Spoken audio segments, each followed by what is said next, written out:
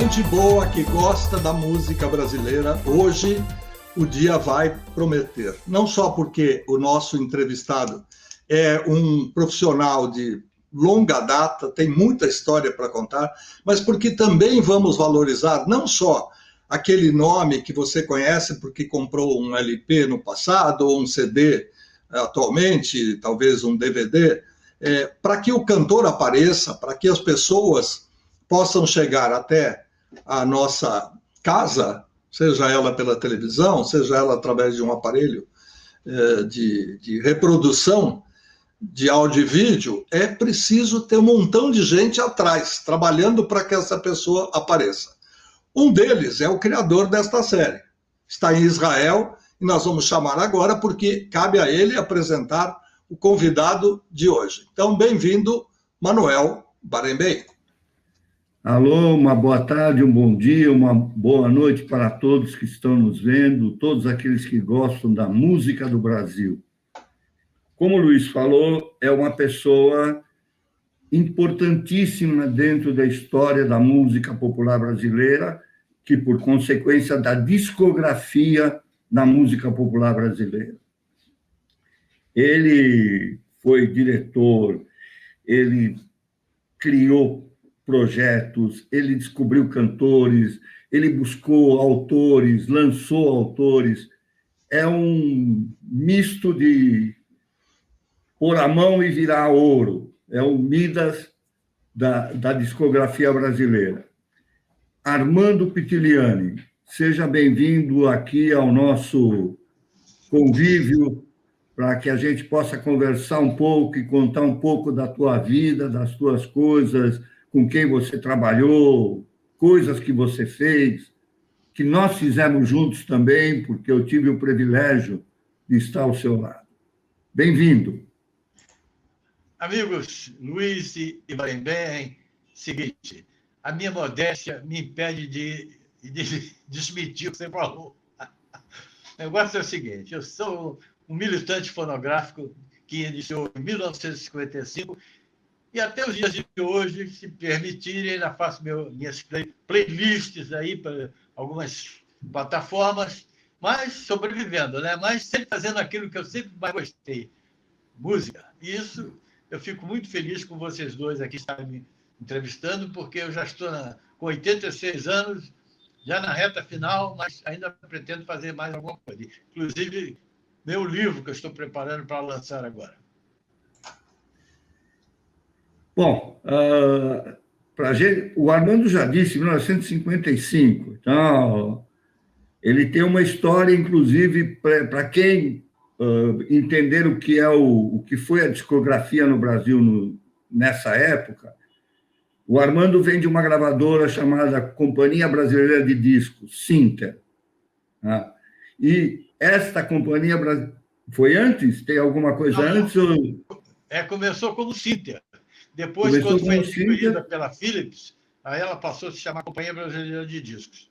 E depois, Companhia Brasileira de Discos Fonogram, depois Fonogram, depois Polygram e, finalmente, hoje em dia é Universal Music.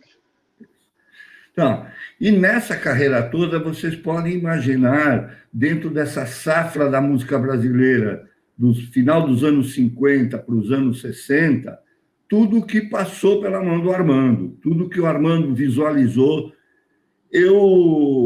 Para mim, até meio complicado eu falar do Armando, porque eu tenho o primeiro orgulho de ter trabalhado junto com ele, porque é uma pessoa que conhece, mas conhece muito. Além de tudo, o Armando tem um feeling. Esse feeling de saber o que pode ou não pode acontecer com uma gravação, ou com um artista, ou com uma música, o que for, é garantido. Em 10 ele vai acertar 9, ou para dizer que 9 não servem, ou para dizer que 9 vão ser sucesso. E não tem erro. Mas, além de tudo isso, ele tinha o processo de... aquele tato da gravação, o tato de saber exatamente o que vai acontecer e o que não. Só que agora eu estou falando muito, eu quero que o Armando comece a falar e comece a contar um pouco das histórias dele pré-Manuel Barenboim, porque depois a gente entra com as histórias nossas do caminho. Manuel, você é meu amigo mesmo. Você é realmente uma pessoa querida e especial que eu tive a honra e o privilégio de trabalhar. Você, como produtor, como homem de música, você também não ficou atrás, não. Você, quer dizer, eu modestamente posso dizer que fiz alguma coisa, mas você não foi um balaústre, como diria o Fernando Lobo, mas foi um baluarte da nossa música. Então, é o seguinte, comecei em 1955 na Sinter, que era uma... Aliás, eu devo abrir um parênteses. Eu comecei como músico com 18 anos, tocando bateria num conjunto chamado Os Playboys, que depois mudou para Bigo 7, porque Playboy era meio pejorativo já na época. E daí, um dia, eu tinha acabado de fazer 20 anos, meu pai falou, filho, compramos uma gravadora. O quê? Aí em 5 segundos já me vi na frente de produção de disco, não sei o quê. Ele falou, pô, tudo bem, começa a trabalhar em 1º de março. Bom, me preparei, sei que, botei aquele, naquela época, gravatinha, fui lá para Senador Dantas 74, lá no centro da cidade do Rio de Janeiro. Bom, lá chegando, meu pai, que era o diretor financeiro, meu pai era diretor administrativo, meu avô financeiro e meu tio Alberto Piciliani, que foi o grande nome do disco e que até hoje ninguém falou nada sobre ele. Ele, o tio Alberto, falou, olha, você vai começar amanhã na fábrica. Eu digo, como é que é? Não, porque isso aqui você tem que aprender tudo para poder depois vir para cá. Isso aí vai ser teu no futuro. Grande mentira, né? Porque no futuro foi da Philips e eu fiquei com as mãos abanando. Bom, muito bem. E lá fui para a fábrica, né? Digo, fazer o quê? Era no Alto da Boa Vista, um local aprazível lá, que é no Rio de Janeiro, que dá diferença de 10 graus de baixo lá para cima.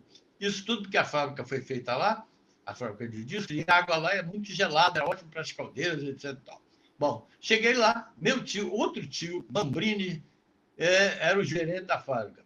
Falou, sobrinho, pega essa prancheta aí, vai anotando aí, vê como é que está lá, vai ver como é que está de vinil, não sei o quê, era aquelas coisas de fábrica de disco lá.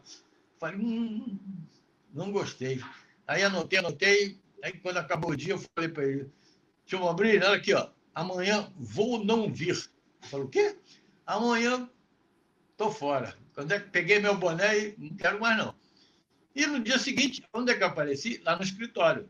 No escritório, meu tio, quando olhou, que isso, rapaz? Não mandei você para a fábrica. Eu digo, tio Alberto.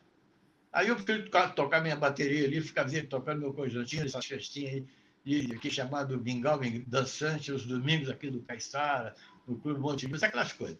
Não quero, não. Eu falei, mas olha o que é o destino. De repente, adentro do gramado, a secretária do departamento de imprensa falou, seu Alberto, o nosso querido diretor de imprensa, pediu demissão.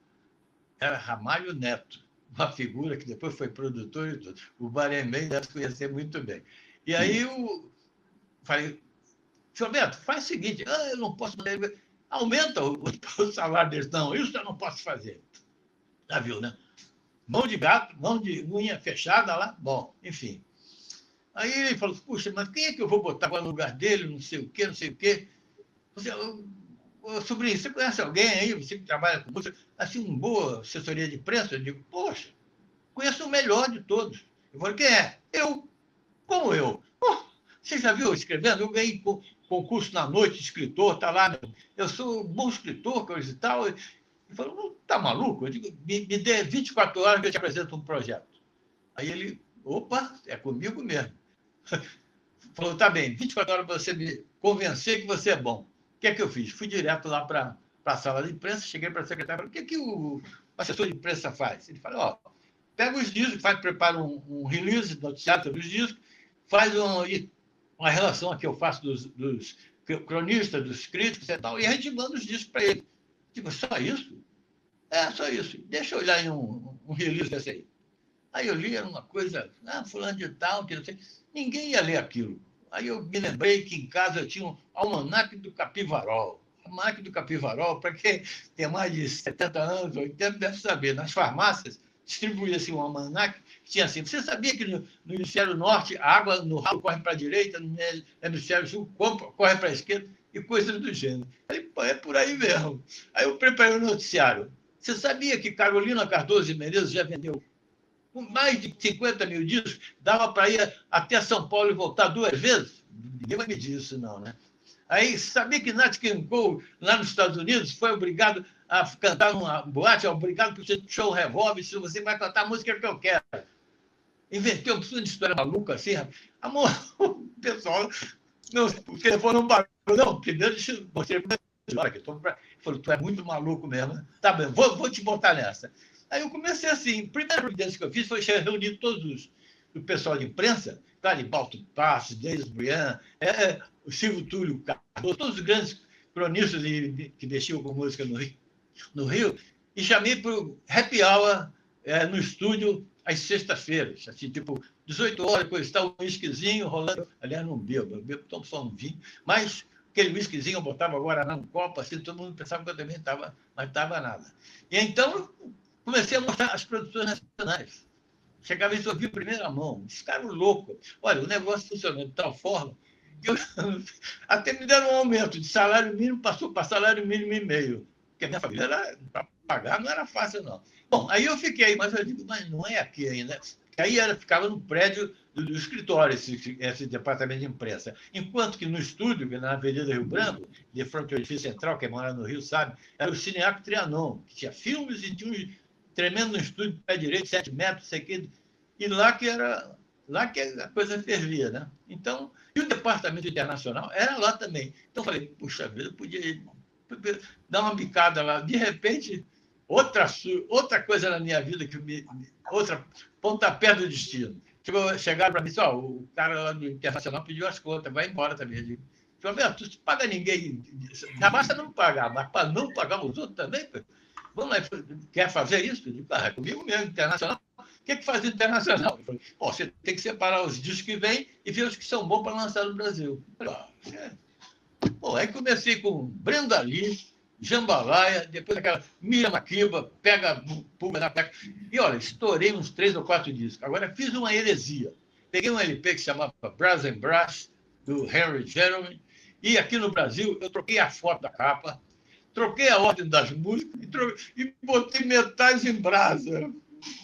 Uma reunião que tinha de produção com comercial, tudo, os caras quase nunca aconteceu isso no mundo, mudar um título de um disco internacional, e se souber. Eu digo, bom, moral da história, o disco era bom para burro, olha, vendeu muito, vendeu mais do que nos Estados Unidos, eu acho. Inclusive, o Harry já me mandou um telegrama anos depois, agradecendo o meu trabalho, que foi onde ele mais recebeu dinheiro, foi aqui no Brasil. Enfim, mas aí, olha só, eu vou chegar até a parte nacional, porque aí é rápido.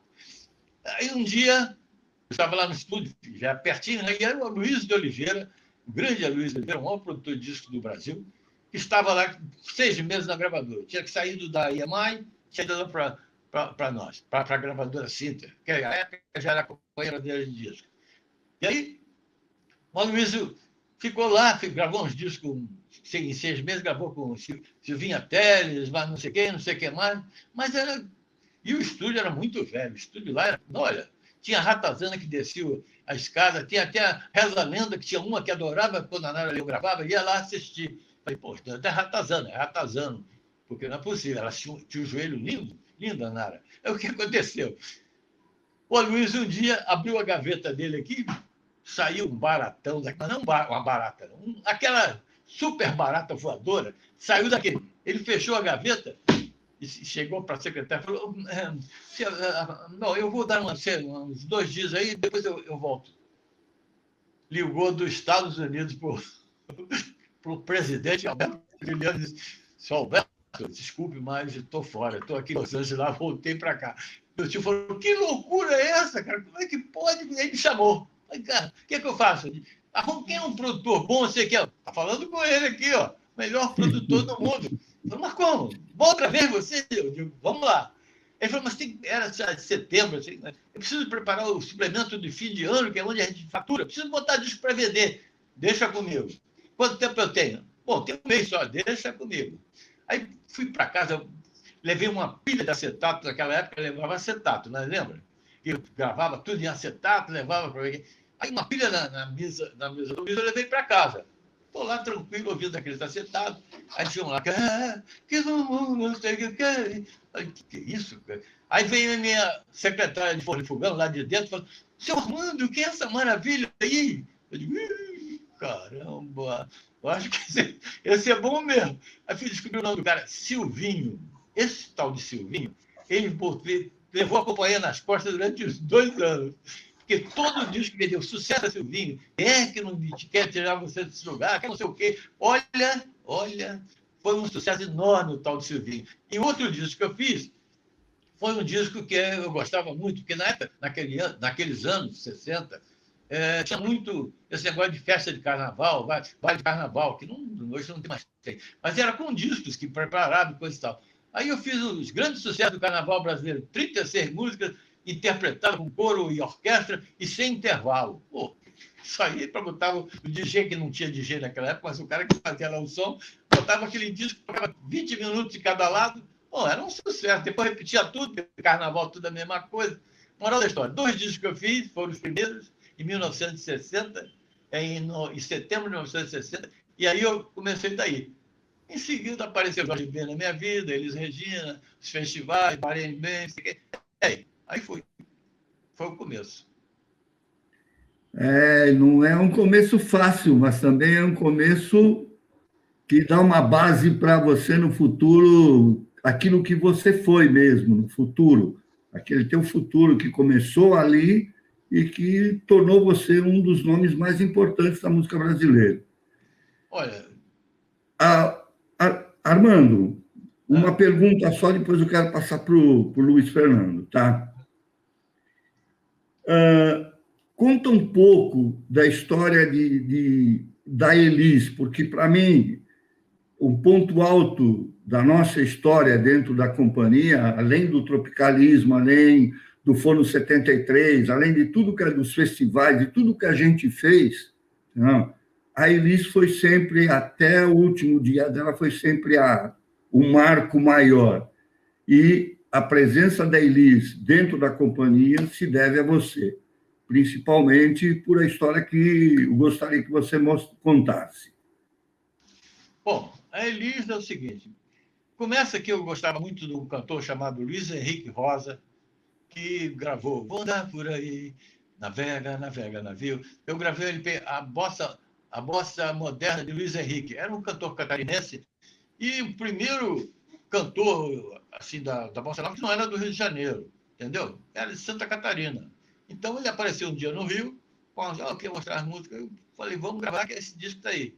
Gravei com ele e o disco foi muito bem. E ele morava em Florianópolis, que para mim, a Floripa é o meu sonho de consumo, né? Mas aí ele morava em Florianópolis e tinha 7 irmãs. Então, quando era o verão, eu passava o verão lá. Lá tinha a Praia da Joaquina, que naquela época não era sucesso, em 1963. Eu fui passar minhas férias de fim de ano lá, na praia, coisa e tal. E aí um dia eu estava na praia, um domingo, era um sábado. Aí apareceu um cara lá e falou, o Luiz Henrique está querendo que você vá lá, porque vai ter um show, ele vai acompanhar um artista lá ou alguns artistas lá de Porto Alegre, e que vem com patinete, que é um produtor muito bom, não sei o quê. Eu falei, domingo à tarde lá, bom, vou assistir o ensaio. Aí fui cedinho para lá, saí da praia 3 horas, cheguei lá, fiquei sentado lá atrás, e aí cantaram vários artistas, tocaram, não sei o quê. Aí, de repente, apareceu uma baixinha, ela meio exalou o olho, ela tinha problema. Apareceu, eu estava quase no fundo do teatro, mas cheguei para perto para ver o que era. Quando ela começou a cantar, La Virgem de Macarena, eu falei, que é isso? Fiquei louco. Ela cantou, não sei o quê. Aí, quando acabou, o Luiz Henrique, aliás, veio o Patinete, que era o produtor do show, coisa e tal, chegou e falou, Armando, você que aliás, foi aí que eu conheci o Patinete, depois mais tarde eu contratei ele para ser produtor lá no Rio Grande do Sul. Falei, então, como é seu nome? Eu sou Ayrton dos Anjos, mas todo mundo me conhece com Patinete. Então, vamos lá, Patinete. O que é? Olha, eu vou dizer uma coisa para você, Patinete. Acho que é essa cantora aí que fez o cantor La Virgem Macarena.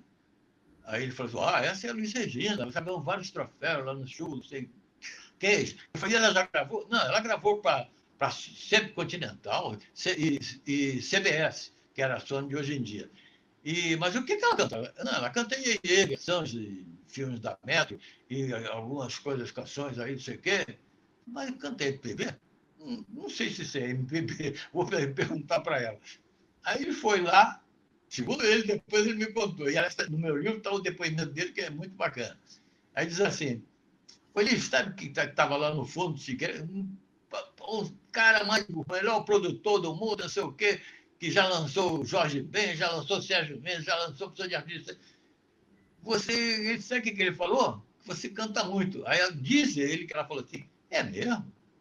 Ele falou que você... E agora só tem um detalhe. Ele perguntou se você pode cantar uma música aí brasileira. Como música brasileira? Não, ele quer uma coisa que não seja versão. E ele sugeriu o Chão de Estrelas. Eu falei para ele, será que não? Porque Chão de Estrela todo cantor bom canta. Isso aí, e com violão, é mole na hora. Eu falei, dá para incluir no show? Aí ele falou com ela. Ela falou, tá bom, vou colocar.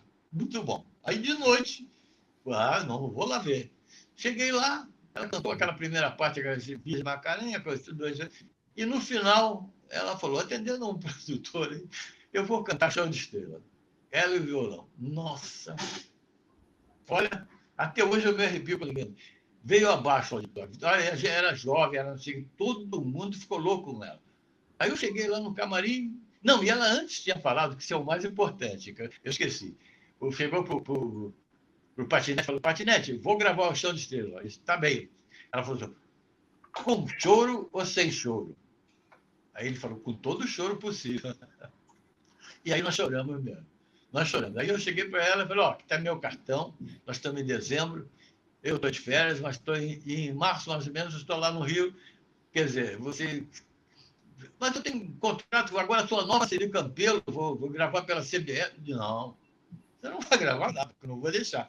Vou fazer vou tirar você de lá, vou tirar você daquele lugar.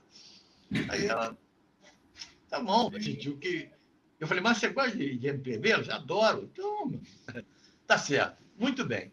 Aí ela chegou em março, em abril nós já estávamos gravando, e lançamos, eu gravei Menino das Laranjas, Hotel Estou Sem Paz, e esse compacto já foi para o ano seguinte preparado para lançar no festival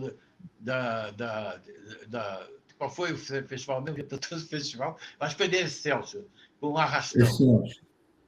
Sim.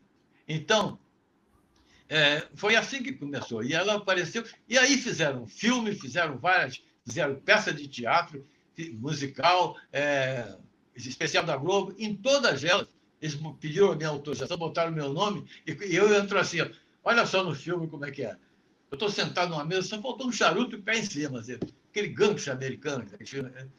Chegou o pai dela e disse, seu Armando, daqui nós chegou muito tarde, você só vai gravar agora daqui a 6 meses, não sei o quê. Mas dá para arrumar um adiantamento? Nós estamos vendendo um almoço para pagar o jantar.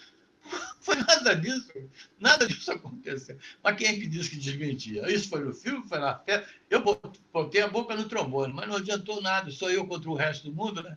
Aí não dá. Mas a verdade está no dia. E ela mesma, a Denise, declarou mais tarde, saiu isso, que a quem ela devia pedir a mudança da carreira dela, ela citou o meu nome, literalmente. Então, e daí, me produzi os primeiros 3 LPs dela, Samba Canta Assim, coloquei ela em festivais, coloquei ela fazendo show em São Paulo, o primeiro show dela, isso ninguém sabe. Foi no Djalma, ela e Luiz Henrique. Todo mundo foi ela e não sei quem, foi ela e Luiz Henrique.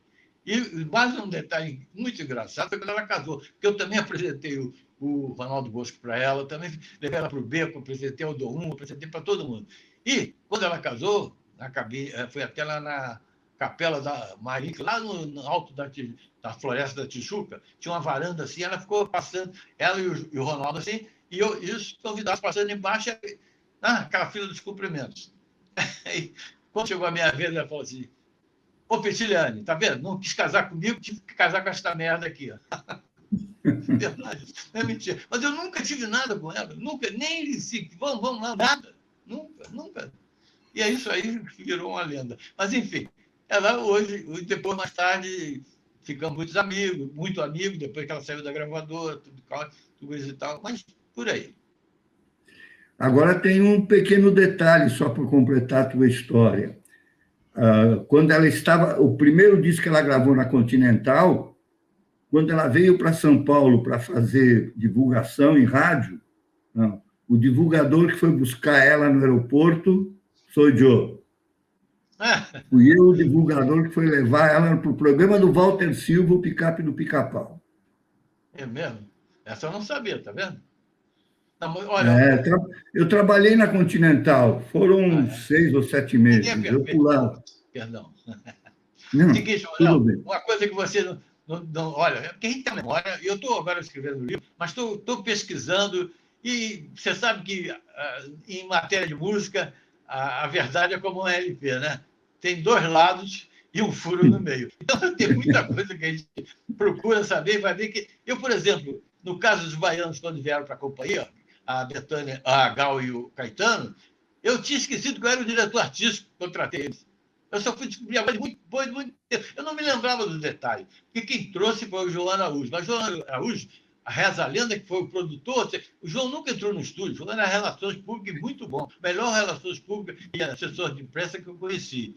Mas o João Araújo não era nada de gravação. Ele indicou apenas. E quando chegou, foram gravar o primeiro disco, eles queriam gravar separado, mas na região de produção, acompanhei o gerente comercial, o presidente, que era o Alain Trussard, era o francês, disse, não, vai gravar um disco só para os 2. Enfim, fui obrigado. E aí botei o Dori Caymmi para ser o produtor, e o Menescal também, algumas faixas. Foi aí que começaram os baianos na companhia, e só agora eu descobri que fui eu, o diretor que assinou o contrato. Mas olha só, tem uma coisa, Manuel, um disco que você produziu, que chama-se Aquele Abraço que Gilberto Gil, na época dura da repressão, não sei se você sabe do detalhe, mas você foi para São Paulo e o disco não tinha sido mixado. Nós estávamos para mixar, era uma sexta-feira, e aí eu cheguei para o André Lidani, que era o presidente da companhia, e falei, André, eles estão de olho nos gravadores técnicos, todos estão sobre... O DOPS está aí em cima dele, não deixa entrar no estúdio, porque souberam que tem uma música do Gil que vai entrar. E aí, porque sempre tem um informante, né? E aí eu falei, André, vamos lá no estúdio, na Avenida Rio Branco, eu tenho a chave lá, pessoal, e vamos mixar aquela, vamos lá mixar essa faixa, que eu vou fazer acetado para mandar para as rádios. Vamos ver o que acontece. Depois que eles vão viajar na segunda, né? Tinham sido convidados para se retirarem do país, para ir para a Inglaterra. E aí, o que é que eu fiz? Falei, vamos lá, André, peguei uma chave, vamos lá, pegamos. Nem o técnico, nada, eu mesmo que fiz a mixagem aquele abraço, aquele negócio todo. E aí nós fizemos um acetato. Aliás, o Silvio Rabelo, que é o nosso diretor de corte e acetato, essas coisas, engenheiro de som. Aí o Silvio Rabelo, deixa que eu vou fazer aí. Aí fez uns acetatos, eu mandei para as rádios principais, olha, e algumas boates do Rio, alguns nightclubs lá. E olha, vou te contar, segunda-feira, ela só que estava aquele abraço. Arrebentou e o DOPS foi lá, queria me prender. Eu não sei quem foi que fez isso, eu não tenho a menor ideia. Isso aí foi, como aconteceu isso? Foi o Manel Barembim em São Paulo. Botei até você na jogada. Mas como você tinha álibi, você estava lá em São Paulo, eu tinha vindo para cá. Falei, o Manel é danado, deve ter uma chave. Mas, enfim, quase fui preso por causa disso. E foi aquele abraço, um dos maiores sucessos da gravadora em todos os tempos. Graças a você e um pouquinho para mim, tá certo? E foi realmente um grande sucesso, mesmo. É uma marca do Gil impressionante. Luiz. Pelo jeito, nós estamos apresentando uma conversa com o nosso querido Armando Pitigliani em sua primeira parte. Porque o que esse homem tem de história, não precisa nem perguntar muito, ele já conta tudo. Como ele está com o livro na cabeça, nós tivemos sorte, né, de já podermos absorver essa história toda bem antes do livro sair.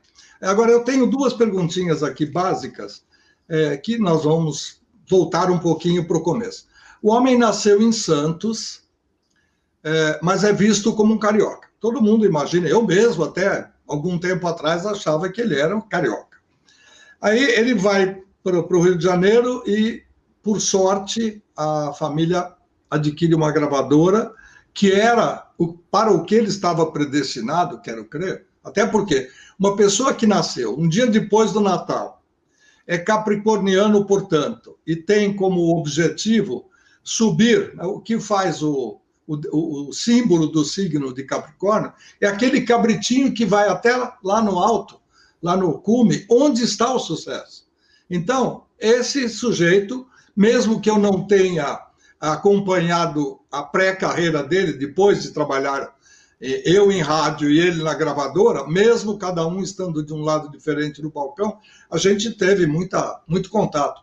Mas está na cara que o negócio dele era ir galgando os postos e nada impede, não tem nada que atrapalhe na frente. Então, por isso ele pode inventar, ele pode criar, ele pode... Para mim, ele é um dos criadores do marketing moderno lá nos anos 50, pô. Porque quando ele jogou aquelas informações, vou passar para o Capivarol, Marcos, quem que vai lembrar do Capivarol? E o sujeito teve ideia de fazer o uso daquilo que estava na mão de todo mundo. Eu era muito pequeno, mas eu ia a alguma farmácia e sempre tinha lá um almanaque. E eu tinha mania até de, vamos dizer assim, guardar, entendeu? Arquivar, para mais tarde, quem sabe, ter uma pergunta para ser feita no rádio e tal, mas isso é outra conversa. O que eu quero saber é o seguinte, Armando, quando você foi, a família se mudou para o Rio, você, apesar de ter queda para música, como você disse, tocava bateria, teve alguma ingerência familiar? Vai ser médico, vai ser... que mais que tinha na época? Administrador de empresa, advogado, engenheiro, talvez muito pouco. Bom, eu devo dizer que meu pai, meu falecido Amilcar, saudoso Amilcar, ele era uma figura fantástica. E ele é o seguinte, ele queria, já me deixou isso legado para a gente aqui, como pai, para meus filhos, que o filho tem que decidir o que vai fazer. Ninguém vai obrigar a fazer nada que ele não queira. Isso é o beabá da educação, na opinião dele, que na época a sociedade era contra. Você tinha que ser formado, ter um diploma. Ele falou, filho, não precisa ter diploma, você só precisa ser o seguinte, ser honesto. Ser malandragem é ser honesto. Porque se você fizer desonestidade, uma hora eles pegam. E por isso é que eu não quero que seja político.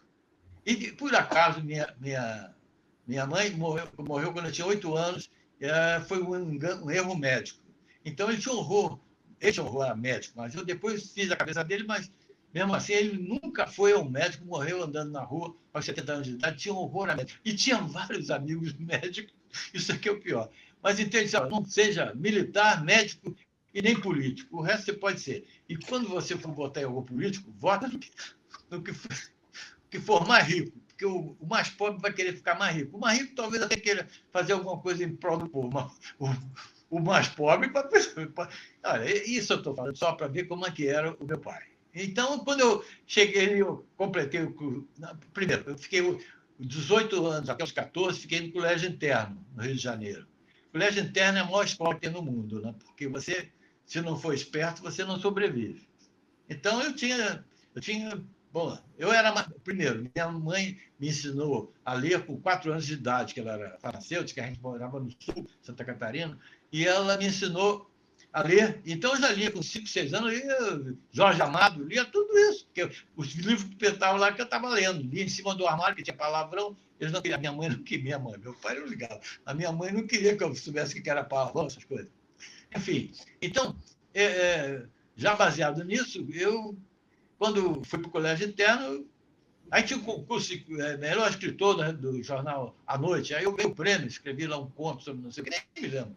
Mas só sei que saiu na primeira página da minha foto. E aí, depois que eu estava com 14 anos, a minha tia, irmã da minha mãe, tia Eli Carneiro Ribeiro, que aliás é mãe da Heloísa Schurman, daquele casal, aquela família, né? Família Schurman, que passou 40 anos aí dentro do barco, educando os filhos todos. Eram aventureiros também. E aí, a minha tia ficou com pena de mim, e como o marido dela era diretor do Departamento Nacional de Estrada de Ferro, olha só, construiu a Estrada de Ferro de Belo Horizonte para Bahia, não sei para onde, e ele era o diretor em Belo Horizonte. Então ela falou, você não quer sair e ficar com... Porque eram mais três homens e mais 2 mulheres, a Luísa. E vamos ficar lá em tudo, em Belo Horizonte tem uma casa maravilhosa, e você vai para o colégio, lá com a gente, colégio normal, colégio vai de manhã, volta de tarde, aquela coisa. Pô, o colégio interno, né? Era uma guerra, o colégio interno. Então, na mesma hora, meu pai falou, tudo bem, eu mando aqui o dinheiro para pagar o colégio. Ela, não precisa não, deixa aqui por minha conta, minha sobrinha e coisa e tal. E aí fomos para inaugurar o Colégio Loyola, que é o Santo Inácio de Belo Horizonte. Bom, o Colégio Loyola era colégio de padre. Meu pai tinha horror a padre, religião, também, essas coisas. Eu não gostava, não. Ele nem sabia.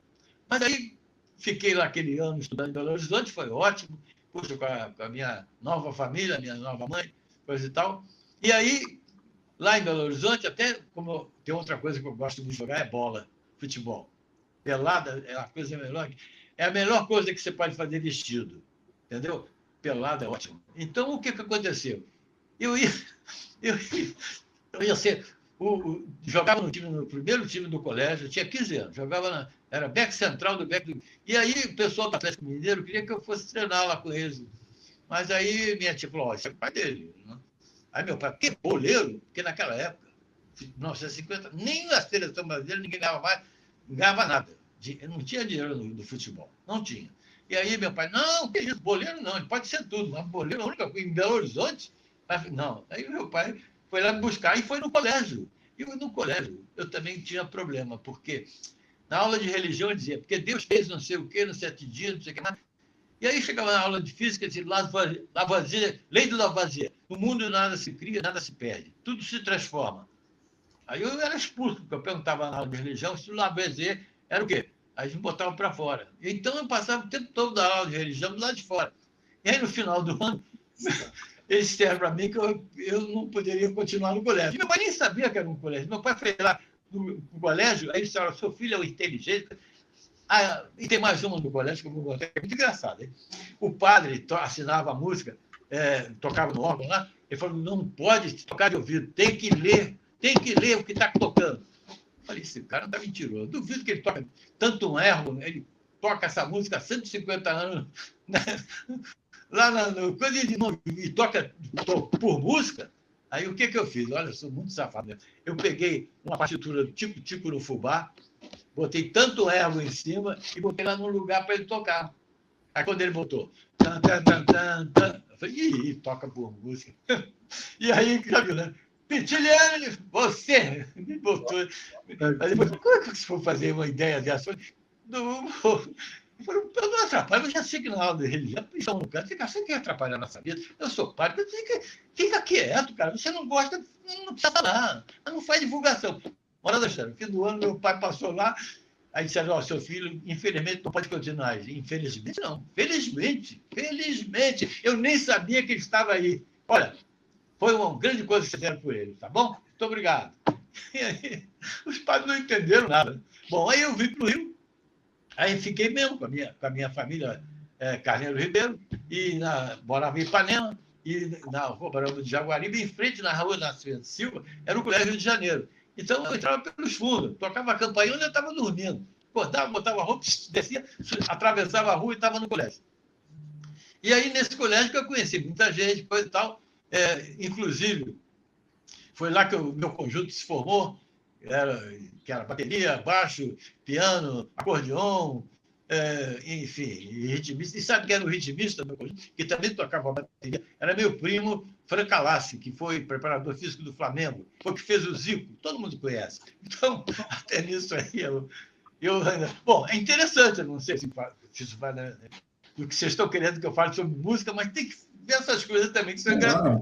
Entendeu? Isso no meu livro, todo mundo que já leu essa parte acha o máximo. Então, eu estou aqui colocando para vocês. Não perguntem mais, porque senão eu vou ficar falando aqui o programa inteiro e não é o que Então, o que eu quero dizer é o seguinte, vocês tentem imaginar o que é conviver o tempo que eu, pelo menos 4 anos, depois mais 2, junto com o Armando na mesma companhia, criando coisas, fazendo coisas, com o humor que ele tem, com a vontade de fazer, sabe? O Armando passa por cima de coisas que não dá. Uma das histórias dele foi que a gente foi para o Midem eu acho que foi 70 ou 71, não lembro agora, 60, acho que é 71 ou 72, já estava na Itália. E era a apresentação do Jair Rodrigues. 71, porque eu estava ainda no Brasil, nós montamos o esquema do Jair Rodrigues no Midem. Era o Jair Rodrigues, os originais do samba e o Lenny Gordy, guitarrista só. De músico, de harmonia, só o Lenny. O Armando simplesmente inventou uma partida de futebol, tinha uma parada em Lisboa, tá? Eles pararam em Lisboa antes de ir para Cannes para jogar uma partida de futebol. Vocês podem imaginar isso? Esta é a vontade dele. Tá? Futebol é, junto com a música, que são as almas gêmeas que vivem dentro dele. Armando, eu costumo fazer perguntas, às vezes, aqui, e essa é uma delas, e no caso, você como produtor, existe algum... São duas perguntas, na realidade. Uma, existe algum disco que você não produziu e que você gostaria de ter produzido? Bom, logicamente, João Gilberto, Chega de Saudade. Isso aí, para mim, é o máximo do máximo do máximo do máximo do máximo. Mestre João. E a música que você gostaria de ter produzido e que você não produziu? Alguma música que você queria ter gravado com alguém e não gravou? Isso tem muitas. Isso é o que mais tem. Quando eu via alguma gravação de uma música boa por outro artista, ficava danado. Por que eu não gravei essa? Mas isso tem muito. Não dá nem para citar uma, porque eu vou fazer... Não vou fazer justiça a todas as outras. Tudo bem.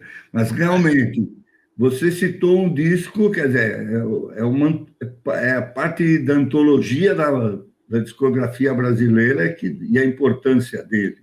Não? Mas deixa eu só fazer um registro aqui que é importante.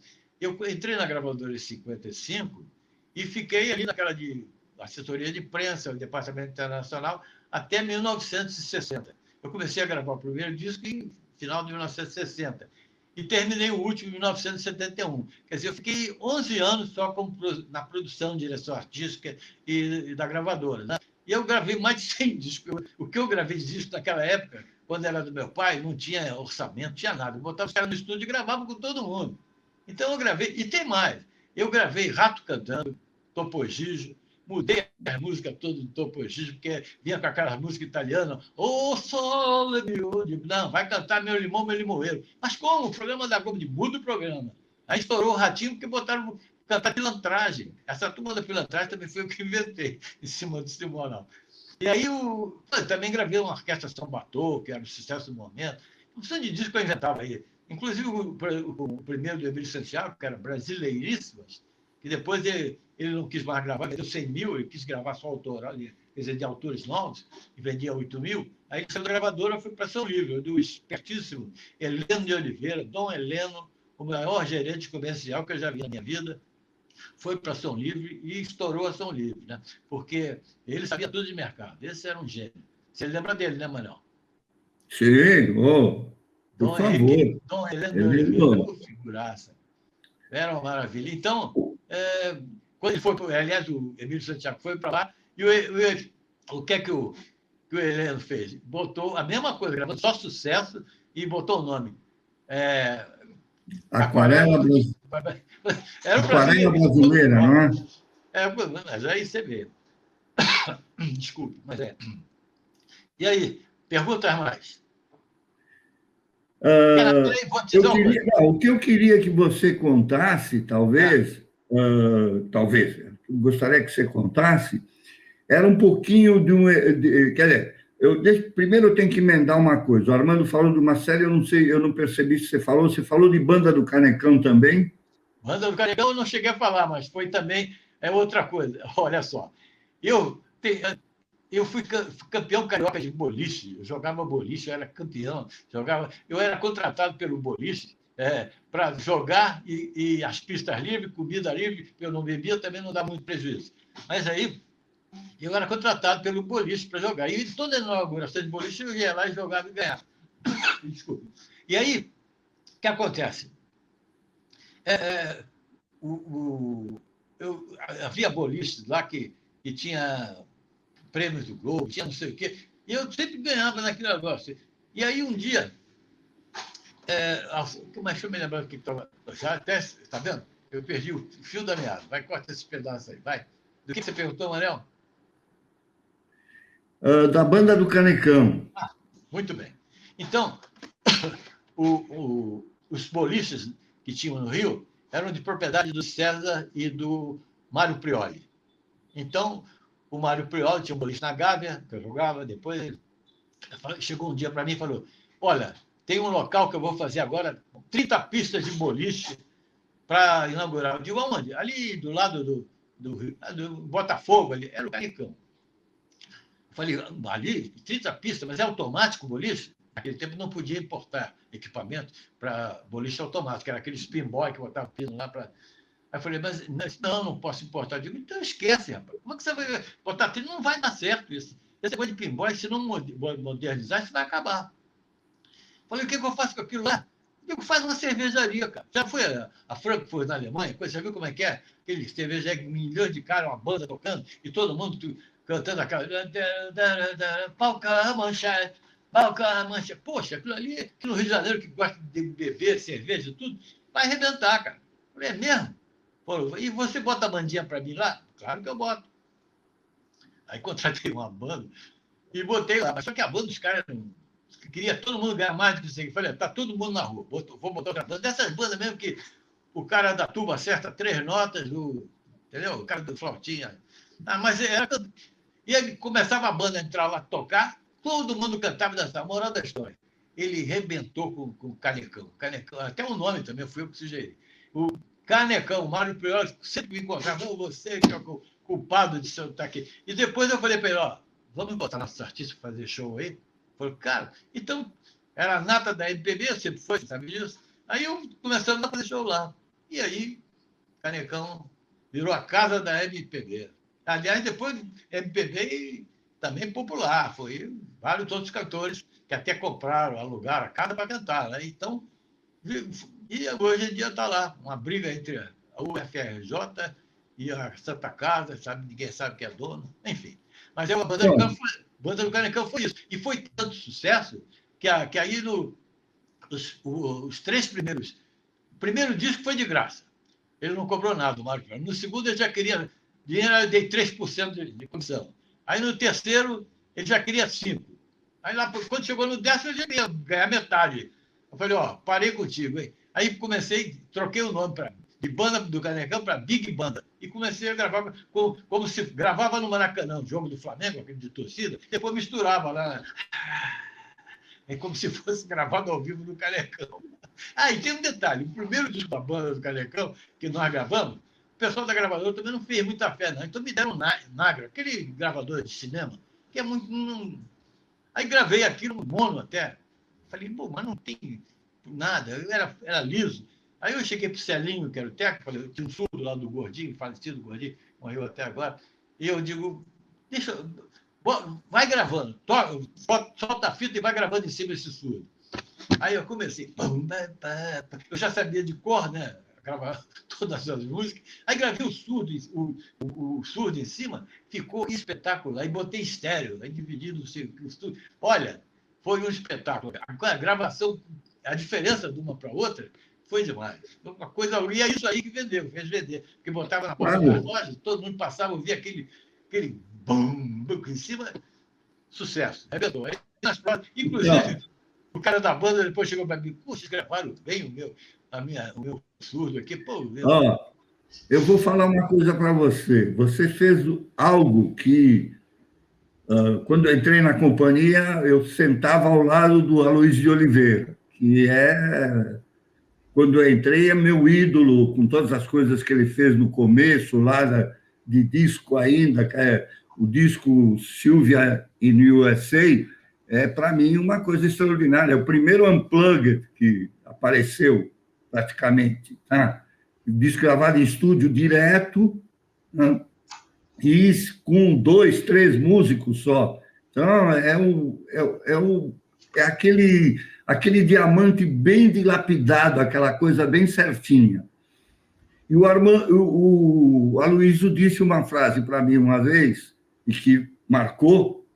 Eu estava nessa época, 67, eu estava começando a minha vida mesmo.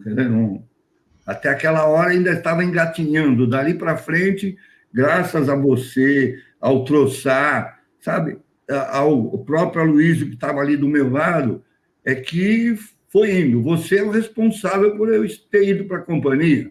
Então, toda essa parte da minha vida, de 67 para frente, tá? De tudo que aconteceu, de tudo que eu fiz, eu não, de tudo que o grupo com quem eu trabalhei fez, não, você é o responsável, você que me levou para lá. Você deu um alô para o Mocarzel me chamou e eu estava lá dentro. Então, o que eu falei do Aloysio é o seguinte: Aloysio dizia sempre, Manuel, a gravação tem que ter um gimmick, tem que ter um detalhe. Se ela não tiver um gimmick, o detalhe, ela morre, ela não acontece, não acontece nada com ela. Esse surdo que você colocou é o gimmick dessa gravação, é o detalhe que mudou toda a história. Toda a história daquele disco muda no momento que você fez um detalhe. Você colocou detalhe ali. Isto, para mim, é sempre um norte. Deixa eu te falar uma coisa.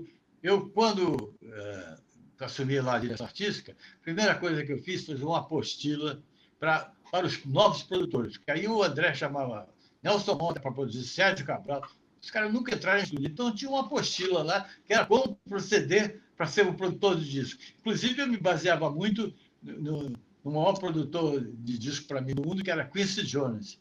O Quincy Jones dizia o seguinte: produtor não é o melhor músico, não é o cara que mais conhece de arranjo, é a ligação entre o artista e o povo. É aquele que tem sensibilidade para provocar música, para deixar o artista à vontade, ou atuar quando o artista não tem condições, escolher repertório, que é o fundamental. Então, era isso que eu me baseava. Eu botava, não sei se você chegou a ver, mas eu tinha uma frase que eu colocava lá: uma boa música faz o sucesso de qualquer intérprete, mas um bom intérprete não faz o sucesso de qualquer música.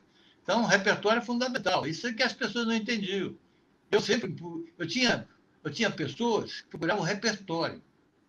Eu chegava, João Melo, não sei quem, digo, procure música. Eles iam procurar música. Muitos compositores que eu conheci foram assim, foram levando música lá para mim ouvir. Um foi o Sérgio Mendes, por exemplo, que chegou lá para mostrar uma música no piano.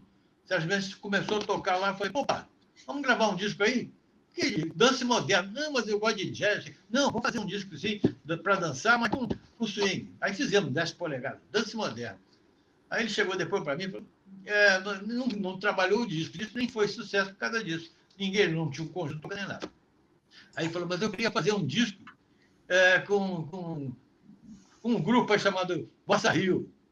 É só bossa nova, você quer um arranjo dos melhores. Eu falei: ó, tem Tom Jobim, Moacir Santos, eu digo, funcionou. E aí o que eu fiz? Aí eu produzi esse disco com ele, nisso aí. Não foi grande sucesso aqui, mas até hoje, em todas as escolas, universidades de música do mundo, Berkeley, não sei o quê, ele é citado, esse disco, como o melhor disco instrumental de bossa nova. Não tem nenhum. Até hoje, o Jairzinho, filho do Jair Rodrigues, falecido, meu compadre lá, foi estudar lá nos Estados Unidos e falou: teu disco está lá, o teu nome está lá, os produtores do disco. Então, o Sérgio Mendes, que começou com dança moderna, aí chegou para mim e falou: ó, eu vou para os Estados Unidos, que aqui não está dando pé, não. Eu falei: tudo bem. Mas tem o seguinte, naquela época, o cheque, se eu estou contando, está no livro do Rui Castro, não foi eu que contei, não. O cheque era, para compensar, do Rio para São Paulo, era 7 dias, de Rio para Niterói, era 3 dias, um cheque para compensar. Aí o Sérgio Mendes falou: estou viajando hoje à noite para os Estados Unidos, você mandou uma carta para o Quincy Jones, ele disse que eu tinha mandado uma recomendação para ele lá, tem um músico aqui, vê se você aproveita aí para esse tal. Então, tudo bem, manda para cá. E aí ele chegou para mim e falou: eu estou aqui com esse cheque aqui, ó, era metade do meu salário, hein? Olha, puxa, tem fundo? Tem. Pô, tu não vai me dar um cheque sem fundo, estou te levando para os Estados Unidos. Não vai fazer isso comigo. Aí o Sérgio: não, pode deixar. Meu amigo, o cheque era mais do que borrachudo. E aí o que aconteceu? Foi para os Estados Unidos e o O Ricardo falou nesse cheque, botou no livro, porque ele viu a história de perto. E aí, quando chegou, Festival do Midem, 20 anos depois, bom, parênteses, ele foi para os Estados Unidos gravar o quê? Música dançante. Exatamente o que eu queria. Eu não fui para lá, não. Brasil 66, aquelas coisas todas. E depois falou, você que me tirou do caminho bom. Enfim, e aí o que acontece? Ele, 20 anos, sei lá quanto tempo depois, no Festival de Midem, lá em Cannes, encontrei com ele, ele falou, producer, pega o que ele falou, producer, guarda aquele cheque hoje que está valendo uma nota, hein? Eu falei, que beleza, eu não guardei nada. Um dos casamentos que eu tive, a minha ex-mulher fora, não tem mais aquele cheque. Mas, enfim, aí ele falou assim, agora eu vou o seguinte, eu estava com a minha mulher em Cannes, lá no Calça, ele falou, vamos jantar em Monte Carlo. Você tem rigor? Eu digo, tem, tudo aqui é rigor. Aí botamos uma beca, coisa e tal, e vou mandar o carro te pegar. Cheguei lá e o porteiro, monsieur, la voiture, vamos lá. Cheguei lá, era aquele Rolls Royce, lembra-se? Rolls Royce que tinha a cabine do piloto era ao ar livre e a casa fechada. 1900 e lá vai fumaça. Pô, cara, lá fomos, lá chegamos lá, jantamos no melhor, lá, coisa e tal. Falou, agora vou te dar aqui umas fichas para você jogar brasileiro. Opa, quero um tostão seu. Não quero dizer que você me deu um cano. Um dia vai acontecer isso. E aí ficou na história isso aí. Isso é um pequeno detalhezinho. Agora, eu estava falando em marketing. O primeiro trabalho de marketing que eu fiz foi o videoclipe que eu fiz com o marketing brasileiro. Fui eu que fiz em 1982 com Maria Bethânia. Inclusive, ela dirigindo a Mercedes dela conversível, que ela nunca dirigiu. Eu fiz ela dirigir ali na Barra, no reta lá. Ela olha para eu digo, vai aí, nós estamos filmando aqui de cima. Foi o primeiro videoclipe. E o primeiro lançamento em cadeia nacional, pela Embratel. A Embratel tinha acabado de inaugurar aquele link Brasil inteiro. Então, o que acontecia? Ela ficava na sede no Rio de Janeiro e os jornalistas em todas as capitais fazendo pergunta para ela. E ela sentada num divã, assim, parecia até Cleópatra, só lá respondendo as perguntas. Foi o primeiro lance de marketing explícito que nós fizemos. E tem outro também, que foi do Juca Chaves. Juca Chaves falei, Juca, você vai fazer o primeiro lançamento da história. Bom, lançando o disco lá no alto do Cristo Redentor, lá no alto, em cima ele lançou o disco lá de cima. Aqui eu fiz um coquetel lá, com evento de imprensa e tudo, ele lançou o disco lá de cima. Foi o primeiro lançamento do disco, um disco que na capa ele estava a tampa da privada, assim, né? Você lembra? Pois é, eu gravei com o Chico Anísio, gravei disco de rato cantando, de humorista, de tudo folclore nacional, do sul, do norte, enfim, gravei. E tem mais.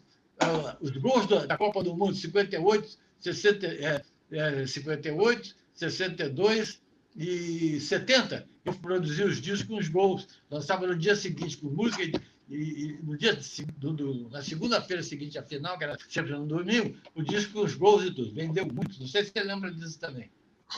Lembro. Outra mais de marketing, outra boa. Quando a companhia contratou Biquíni Cavadão, aí o Menescal falou, o que a gente vai fazer? Esse cara é o diretor artístico. É o seguinte, vamos ali para a Praia da Barra, que nosso estúdio já era na Barra, leva uma escrivaninha, mesa, coisa, bota tudo lá, e os músicos vão tudo bem vestidos, que tiver os Biquíni Cavadão, vai de terno e gravata, e nós vamos tudo de shorts, os diretores, aí todo mundo de short para lá e senta em cima da mesa. E foi o que nós fizemos. Saiu na primeira página do Estadão a foto da praia, lançamento do Biquíni Cavadão. Essa foto eu tenho para o meu livro também. Mas isso aqui é uma época, Armando, em que a criatividade era... A gente precisava criar, porque não tinha o sistema que tem hoje de internet para isso, internet para aquilo. Tinha que criar. Não tinha o que fazer. Armando, nós estamos chegando perto da nossa hora. Já estouramos, já passamos da hora. Então, agora... Tudo que eu vou pedir para o Armando é agendar a segunda parte, porque só eu tenho 22 perguntas aqui, algumas você até respondeu en passant, e eu fiquei quietinho, mas tem muita coisa que eu quero saber e não dá para a gente falar em mais 1 ou 2 minutos. Então, realmente, fala. Só dizendo o seguinte, eu estou tentando escrever meu livro, já tem 6 anos. Cada vez que eu chego perto do final, tem mais 3 capítulos que eu esqueci. O lançamento do Julio Iglesias. E, aliás, é uma boa essa também. É assim mesmo. Vai guardando esses itens. É bom. Porque eu já tenho meus aqui, tá? Vem cá, e as fotografias que eu tenho com essas coisas todas? Aí você vai morrer. O meu livro é o seguinte, eu estou querendo fazer... Opa, tocou o telefone. Dá licença para me ligar, que eu não sabia que tinha isso. Caramba.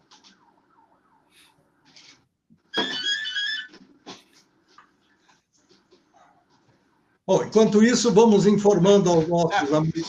Já tirei. Agora estamos conversando com Armando Pitiliani, estamos no final do programa de hoje, mas ele já sabe, na próxima vez ele vai vir com uma garrafinha d'água do lado, porque a garganta seca no meio do caminho, e ele vai contar partes que estão no livro e que nós não pudemos perguntar hoje, porque ele estava conversando sobre outros assuntos. Fala, Armando. Vamos combinar o seguinte, na próxima eu não falo nada, só respondo as perguntas de vocês. Porque eu falo muito, eu sei disso. Eu sou lixo, mas sou prolixo. Armando, o importante é você falar, sabe? O importante é o que a gente pontua. Vocês podem digitar em Richard. Você pode digitar umas coisas que eu falei meio esquisita, corta. Nada. Isso aqui é ao vivo, Armando. Não edita nada. Nós acabamos de registrar um documento para a história, volume 1, Armando Pitiliani, volume 1. Não importa se a gente... Tem muito volume. Isso aí tem volume. E, Armando, é importante que você fale, porque é uma coisa que eu sempre estou dizendo, que é a memória. Se a gente deixar de falar, se a gente deixar de contar, essa memória desaparece e ninguém vai saber nunca. Então, não importa. Quem tem que falar aqui é você. Você é o nosso convidado. Você estava... Só para finalizar, há uns 3 anos atrás, eu fiz um depoimento para o Museu da Imagem do Som aqui do Rio. Bom, 6 horas de duração, acabou com o estoque de vídeo, de filme deles. Olha, tiveram que... Mas, Armando, você tem toda uma história, você tem toda uma vida de trabalho, de convivência, sabe? De relacionamento com pessoas, criatividade, talento para isso. Não, então... eu tenho um detalhe também que eu tenho que falo sempre, põe no ver o médico, coisa e tal. Ele fala, você bebeu, fumou? Eu nunca botei um cigarro na boca. Não gosto de uísque, não gosto. O máximo que eu tomo é vinho bom, se for bom, ruim, eu não gosto. E também um choppzinho, depois da pelada lá, a gente tem uma resenha e toma uma cervejinha, 2 copos é o máximo. E tem mais um detalhe. Drogas. Você sabe onde é que eu trabalhei com música, com essa vida inteira? Olha, nunca nem para experimentar. Por quê? Sabe por quê? Colégio interno. Colégio interno, você descobre por sua conta o que é bom e o que não é. Você vai olhando os caras, vai a situação deles, e aí... E por isso eu brinco sempre com o cara. Você bebe, eu não bebo, não fumo e não jogo. Só tenho um defeito, sou mentiroso. Mas, essa é a única coisa que eu não sou. Nesse caso, outras coisas a gente pretende mentir. Mas, amigos, olha, fiquei tão feliz com vocês que eu estou me reanimando. Agora já vou direto para o livro aqui, contar um pouco das histórias que eu me lembrei aqui, porque tem coisa que eu me lembro depois. Aí eu vou encaixando, eu não sei, eu vou deixar na mão do Rui Castro, que vai fazer a 4ª capa, e ele vai encadear, porque eu vou contando os episódios, eu não sei se é a retrospectiva, porque eu tenho a retrospectiva da companhia desde 1955, ano por ano, coisa por coisa, tem tudo aqui, eu tenho departamento, como é que o DRH, tudo os carros que eu passei na companhia, tem tudo aqui já pesquisado, olha os assuntos que eu vou lembrando, sabe? Os assuntos que eu vou lembrando aqui, ó. É muita coisa, para não estar na frente, o verso aqui, ó. Bom, Armando, graças a Deus que você tem isso, que você pode passar isso, tá? E o Armando antes deu a receita para quem quer viver bem e chegar aos 86 como ele está, com alegria, sabe, com essa vivacidade dele. Ele já deu a receita, agora cada um faz do seu jeito. Tá? Não sou tão careta como eu, não. Porque uma vez lá em Paris, fui convidado para ir para o camarim dos Rolling Stones. Aí cheguei lá, o Kiko Shaw, era a dupla, ele levou o Jorge Ben, para fazer temporada com o Jorge Ben em Paris. Aí me levou no camarim do Rolling Stones, tinha uma mesa, mano, maior que a minha mesa de jantar, só de todo tipo de droga que você pensar. E o cara falou, está servido? Eu falei, não, eu sou um careta dialético. Não, é isso. Todo mundo está na sua, eu estou na minha. É isso aí, queridos. Olha, muito obrigado pela tua presença, tá? E a gente vai agendar essa segunda parte aí, porque tem muita coisa. Na 25ª parte, aí você vai ver que eu ainda tenho mais alguma coisa. Tá bom. Já pode uma data, por favor, porque assim você não perde o fio da meada. Você está tudo quentinho.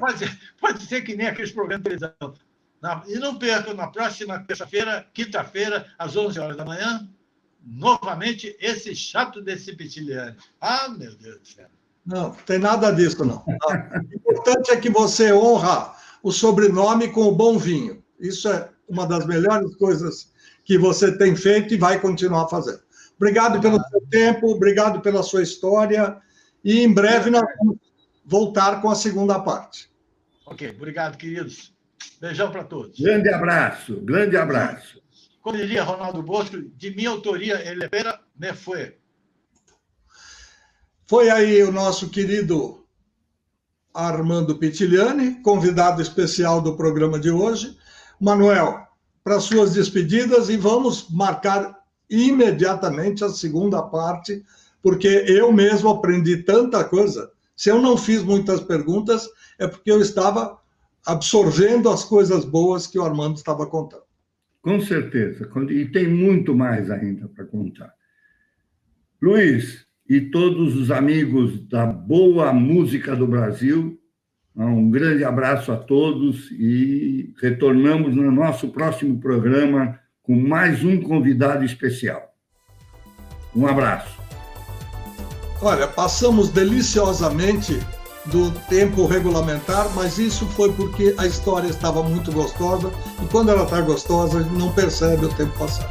A você que nos acompanhou até agora, como sempre, o nosso agradecimento de coração. Fique com a gente, porque vem mais por aí.